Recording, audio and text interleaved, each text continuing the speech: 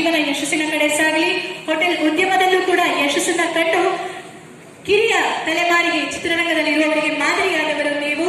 ನಿಮಗೆ ಈ ಸಂದರ್ಭದಲ್ಲಿ ಈ ಒಂದು ಸನ್ಮಾನವನ್ನ ನಿಮ್ಮ ಮುಡಿಗೇರಿಸ್ತಾ ಮುಂದಿನ ಭವಿಷ್ಯ ಉಜ್ವಲ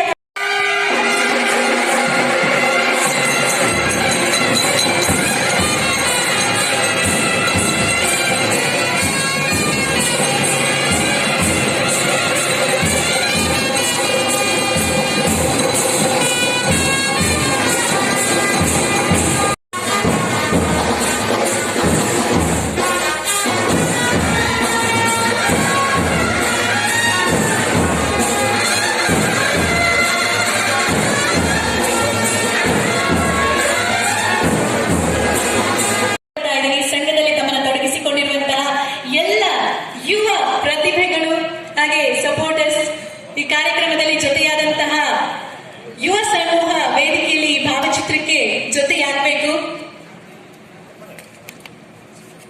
ಬೇರೆ ಬೇರೆ ವಿಭಾಗದಲ್ಲಿ ಇವರು ಮಾಡಿರುವಂತಹ ಒಂದು ಸಾಧನೆ ಅನ್ನುವಂಥದ್ದನ್ನ ನಾವಿಷ್ಟು ಸನ್ಮಾನ ಪತ್ರದಲ್ಲಿ ಒಂದಿಷ್ಟು ಪದಗಳಲ್ಲಿ ಹೇಳ್ಬಹುದೇನೋ, ಆದರೆ ಅವರನ್ನ ಒಂದಿಷ್ಟು ಕಂಡಂತೆ ಮತ್ತು ಕಿರಿಕ್ ಪಾರ್ಟಿ 2016 ಮರೆಯದ ಪಾತ್ರ ನಿಮ್ಮದು.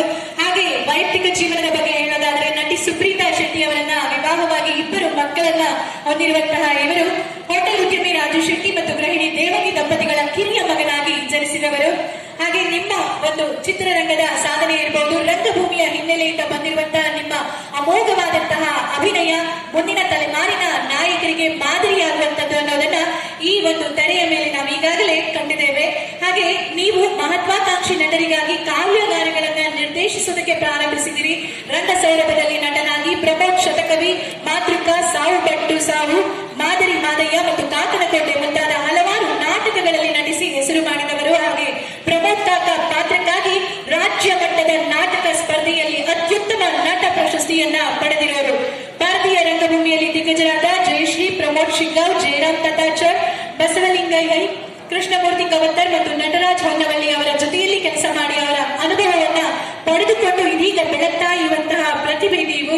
ಅದೆಷ್ಟೋ ನಟರಿಗೆ ಮಾದರಿಯಾಗಿ ಹೀಗೆ ಮುಂದಿನ ದಿನಗಳಲ್ಲಿ ನಿಮ್ಮ ನಟನ ಬದುಕು ಸಾಗಿ ಈಗಾಗಲೇ ನಾಯಕ ನಟರಾಗಿ ನಮ್ಮ ಮನಸ್ಸಿನಲ್ಲಿ ಮನ ಮಾಡಿರುವಂತಹ ನಿಮಗೆ ಈ ಸಂದರ್ಭದಲ್ಲಿ ಈ ಒಂದು ಸನ್ಮಾನವನ್ನ ಅರ್ಪಿಸ್ತಾ ಇದ್ದಾರೆ.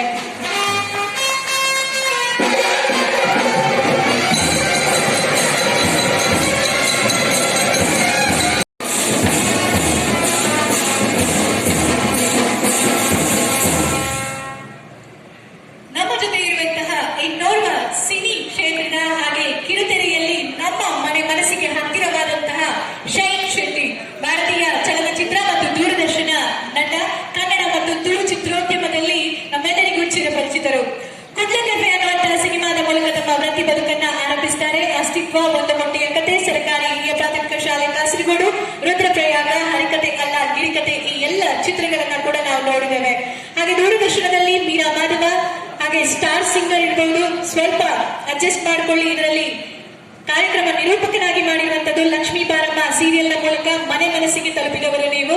ಇನ್ನು ಬಿಗ್ ಬಾಸ್ ಕನ್ನಡ ಸೀಸನ್ 7 ಇದರ ವಿಜೇತರು. ಉಡುಪಿ ತಾಲೂಕಿನ ಮೂಡುಗಿಳಿಯಾರು ಇವರ ಹುಟ್ಟೂರು. ತಾಯಿ ಗುಣರತ್ನ, ತಂದೆ ರಾಮಣ್ಣ ಶೆಟ್ಟಿ ದಂಪತಿಗಳ ಸುಪುತ್ರ. ಪ್ರಾಥಮಿಕ ವಿದ್ಯಾಭ್ಯಾಸವನ್ನು ಮೂಡುಗಿಳಿಯಾರು ಸರ್ಕಾರಿ ಪ್ರಾಥಮಿಕ ಶಾಲೆಯಲ್ಲಿಯೂ ಮುಂದೆ 10ನೇ ತರಗತಿವರೆಗೆ ಕೋಟಾದಲ್ಲಿರುವ ವಿವೇಕ ಇಂಗ್ಲಿಷ್ ಮೀಡಿಯಂ ಶಾಲೆಯಲ್ಲಿಯೂ ಪಡೆದಿರುತ್ತಾರೆ. ನಂತರದ 5 ವರ್ಷಗಳ ವ್ಯಾಸಂಗವನ್ನು ಮೂಡಬಿದ್ರೆಯ ಆಳ್ವಾಸ್ ಕಾಲೇಜಿನಲ್ಲಿ ಮಾಡಿ ಪದವಿ ಪಡೆದಿರುತ್ತಾರೆ. 10ನೇ ತರಗತಿಯಲ್ಲಿ ಇರುವಾಗಲೇ ಇವರ ಕ್ರಿಕೆಟ್ ಆಸಕ್ತಿಯನ್ನು ಗುರುತಿಸಿ ಪ್ರೋತ್ಸಾಹಿಸಿದ ದೈಹಿಕ ಶಿಕ್ಷಕರಾದ ಶ್ರೀ ಸೂರಜ್ ಶೆಟ್ಟಿ ಹಾಗೂ ಶ್ರೀ ಗಣೇಶ್ ಶೆಟ್ಟಿಯವರು ಮುಂದೆ ಮೂಡಬಿದ್ರೆಯ ಆಳ್ವಾಸ್ ಶಿಕ್ಷಣ ಸಂಸ್ಥೆ ಸೇರಲು ಪ್ರೇರೇಪಿಸಿದರು. ಅಲ್ಲಿಯ ಕ್ರಿಕೆಟ್ ತರಬೇತುದಾರರಾದ ಶ್ರೀ ಜಯಪ್ರಕಾಶ್ ಅಂಚನ್ರವರ ಮಾರ್ಗದರ್ಶನದಲ್ಲಿ ಅಭ್ಯಾಸ ಮುಂದುವರಿಯಿತು. 2016-17ರಲ್ಲಿ ರಾಜ್ಯ ಮಟ್ಟದ ಕ್ರಿಕೆಟ್ಗೆ ಇವರ ಪ್ರವೇಶವಾಯಿತು. ಅದೇ ವರ್ಷ ಬಿಸಿಸಿಐ ನಡೆಸಿದ ವಿನು ಮಂಕ ಟ್ರಾಫಿ ಮತ್ತು ಕೋಚ್ ಬೆಹಾರ್ ಟ್ರಾಫಿ ಅಂಡರ್-19 ಪಂದ್ಯಾವಳಿಗೆ ಕರ್ನಾಟಕವನ್ನು ಮೊದಲ ಬಾರಿಗೆ ಪ್ರತಿನಿಧಿಸಿದರು. ಜೂನಿಯರ್ ಲೆವೆಲ್ ತಂಡದಲ್ಲಿ ಮುಂದುವರಿದು 2023-24ರಲ್ಲಿ ಪ್ರಥಮ ಬಾರಿಗೆ ರಣಜಿ ಟ್ರಾಫಿ ಪಂದ್ಯಾವಳಿಯಲ್ಲಿ ಆಡುವ ಅವಕಾಶವನ್ನು ಪಡೆದರು.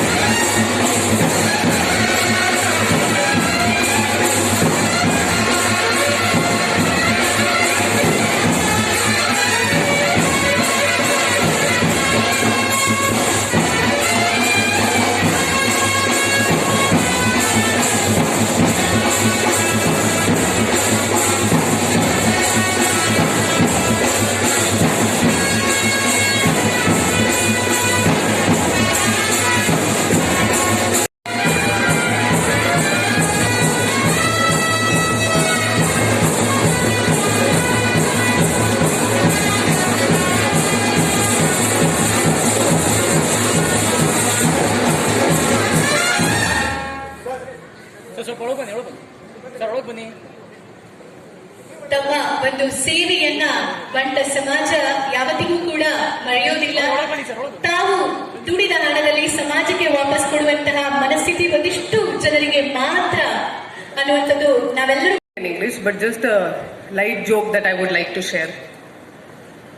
So last week ನಮ್ಮ ಅತ್ತೆ ಕೇಳಿದ್ರು ನಮ್ಮ ಹಸ್ಬೆಂಡಿಗೆ ಈ ವೀಕೆಂಡ್ ಏನು ಮನೆಗೆ ಬರ್ತಾ ಇಲ್ಲ ಅಂತ. ಸೊ ಅದಕ್ಕೆ ನಮ್ಮ ಹಸ್ಬೆಂಡ್ ಹೇಳ್ತಾ ಇದ್ರು, ಇಲ್ಲ ನಿವ್ಯಾಗೆ ಒಂದು ಸನ್ಮಾನ ಇದೆ, ಅದಕ್ಕೆ ಮೈಸೂರಿಗೆ ಹೋಗ್ಬೇಕು ಅಂತ. ಅದಕ್ಕೆ ನಮ್ಮ ಅತ್ತೆ, ಅಲ್ಲ ಮತ್ತೊಂದ್ಸರಿ ಒಂದು ಸಂಘ ಸನ್ಮಾನ ಮಾಡ್ತಾ ಇದೆಯಾ, ಯಾಕೆ ಈ ಥರ ಅಂತ. 10 ವರ್ಷ ಆಯ್ತು ಅವಳು ಎಕ್ಸಾಮ್ ಬರ್ದು ಅಂತ. So then I started thinking that why do I get this achievement or felicitation anta. Then I realized it's not because I've cleared an exam anta. Exam clear every year ಮಾಡ್ತಾರೆ, 1000 ಜನ ಮಾಡ್ತಾರೆ. But it is because of the community that I come from and what a rarity it is for us to get through this exam. We are all highly educated, but civil services is something which we rarely get into. And it is not about ಜನ ಇದ್ರು, ಅವನ್ನೆಲ್ಲ ನಿಭಾಯಿಸಬರೋದು ಇಷ್ಟೊತ್ತಾಯಿತು. ಅದಕ್ಕೆ ನಿಮ್ಮ ಕ್ಷಮೆ ಕೊಡ್ತೀನಿ. ಈ ಒಂದು ಕಟ್ಟಡವನ್ನು ನಾನು ಹಿಂದೆ ಲೋಕೋಪಯೋಗಿ ಸಚಿವನಾಗಿದ್ದೆ. ನಮ್ಮ ಸಿದ್ದರಾಮಯ್ಯ ಮತ್ತೆ ಅವರೇ ಮುಖ್ಯಮಂತ್ರಿ ಆಗಿದೆ 2016-17 ನಾವೇ ಉದ್ಘಾಟನೆ ಮಾಡಿದ್ವಿ ಈ ಕಟ್ಟಡವನ್ನು. ಇವತ್ತು ರಾಜ್ಯಾದ್ಯಂತ ಬಂಟರ ಸಂಘದ ಸುವರ್ಣ ಮಹೋತ್ಸವವನ್ನು ಆಚರಣೆ ಮಾಡ್ತಾ ಇದ್ದೀರಿ. ಈ ಸಮುದಾಯ ಶಿಕ್ಷಕ ಸಮುದಾಯ. ಶಿಕ್ಷಣ ಪಡೆದ ಮೇಲೆ ಸಹಜವಾಗಿ ಅವರಿಗೆ ಸುಸಂಸ್ಕೃತಿ, ಸನ್ನಡತೆ, ಸೌಹೃದಯ ಮತ್ತು ಪ್ರೀತಿ, ವಾತ್ಸಲ್ಯ, ಸ್ನೇಹಮಯವಾದಂಥ ಜೀವನವನ್ನು ಬಯಸೋರು ಆ ರೀತಿ ಬದುಕುವರು.